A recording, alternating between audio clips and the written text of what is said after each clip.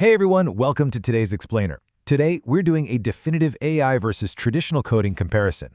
But first, let me ask you a quick question. We're living in this era of hyper-fast AI coding, right? Autonomous agents can literally churn out thousands of lines of code while we just go grab a coffee. So why, right at this exact moment, are developers experiencing such massive burnout and sheer mental exhaustion? It's kind of the ultimate paradox of our current development landscape.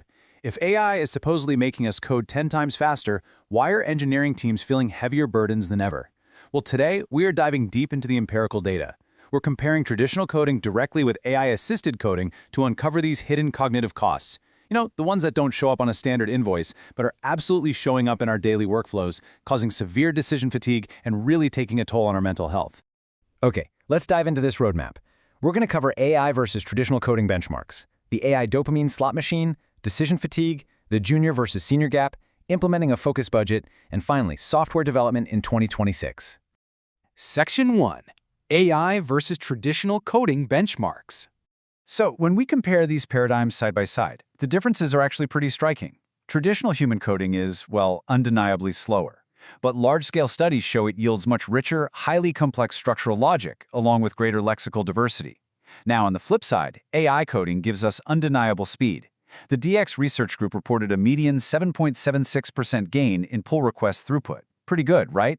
But that speed absolutely comes with trade-offs. AI code actually shows higher lexical repetition. Basically, it just relies on the same narrow, basic vocabulary over and over again. And, alarmingly, researchers found that about 40% of AI-generated code in security-sensitive contexts contains critical vulnerabilities. So the takeaway here, AI gives us raw speed, while traditional coding gives us that crucial structural integrity. And that brings us to a truly surprising metric, 19%. A randomized controlled trial by Metcher actually found that experienced developers using AI were 19% slower on complex tasks. But here's the real kicker. Those exact same developers subjectively felt like they were 20% faster. We call this false velocity. AI makes us feel incredibly productive, even when we are objectively losing time debugging and wrestling with the tool over complex logic. Section 2. The AI dopamine slot machine. Have you ever wondered why generating code feels so addictive these days? It honestly operates just like a slot machine. Step 1, you enter the prompt. Step 2, you wait. And actually, this waiting period is when your brain's dopamine peaks. It's an anticipation chemical. Then, Step 3 is the unpredictable reward. Sometimes the AI spits out a brilliant architectural solution. Other times, it completely breaks your entire file. Because you can't predict the outcome, it creates this powerful, addictive loop that perfectly mimics scrolling on social media. You're hitting generate the exact same way you pull down to refresh a feed. You're hoping for a jackpot, but sometimes you're just breaking your build. Your brain is quite literally getting hooked to the generation cycle. The ultimate manifestation of this dopamine loop is this new industry term called vibe coding. Coined by AI researchers, it's basically the practice of fully giving into the AI. You just tell it what to do in natural language and accept the generated code without even reading the diffs or thoroughly reviewing the output. And sure, while it feels incredibly fast and frictionless, developers who surrender to vibe coding are quietly accumulating massive amounts of comprehension debt. Section 3. Decision fatigue and tech debt. Now, according to a recent Sonar survey, 90% of developers use AI for new code, but its actual effectiveness varies wildly. Developers rate AI as highly effective for writing documentation, about 74%, and explaining code at 66%. But when it comes to complex refactoring, only 43% find it effective. So AI shines at boilerplate and prototyping for sure, but wrestling with it to maintain mission-critical systems, that seriously drains human reviewers and leads straight to massive decision fatigue. So the really crucial point here is that we aren't just accumulating technical debt anymore. We're accumulating what's called cognitive debt. Dr. Margaret Ann Story defines this as the erosion of the collective mental model of what a system does and exactly how it was designed. Unlike technical debt, which lives in the code base, cognitive debt lives in people. It surfaces as a loss of confidence, heavy review burdens, burnout, and an inability to evolve systems sustainably, mostly because nobody actually remembers how the pieces fit together anymore.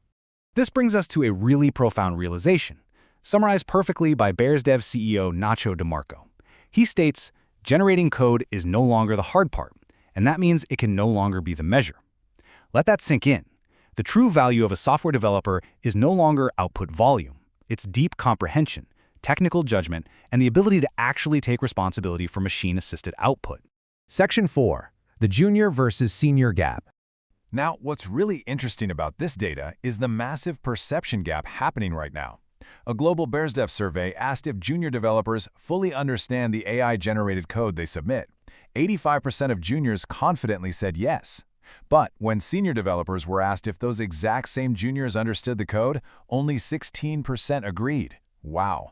Juniors are drastically overestimating their readiness because they're confusing the ability to generate a working output with the ability to actually engineer software. And this widening readiness gap is really alarming engineering leadership. Today, nearly 24% of junior developers lack the confidence to write code from scratch without AI assistance. Meanwhile, what do seniors actually want? Well, 72% prioritize critical thinking as the absolute foundational skill, and 70% demand real-world practical experience. Only 18% care about AI tool proficiency.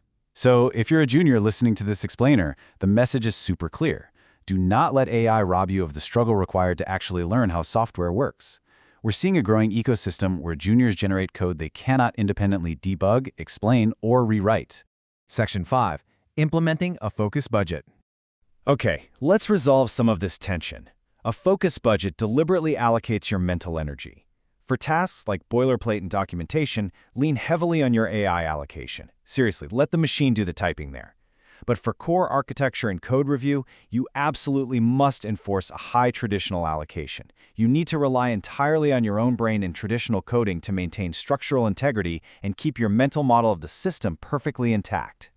To actually put this budget into practice, developers need crucial daily habits to recover their dopamine baselines and combat that decision fatigue.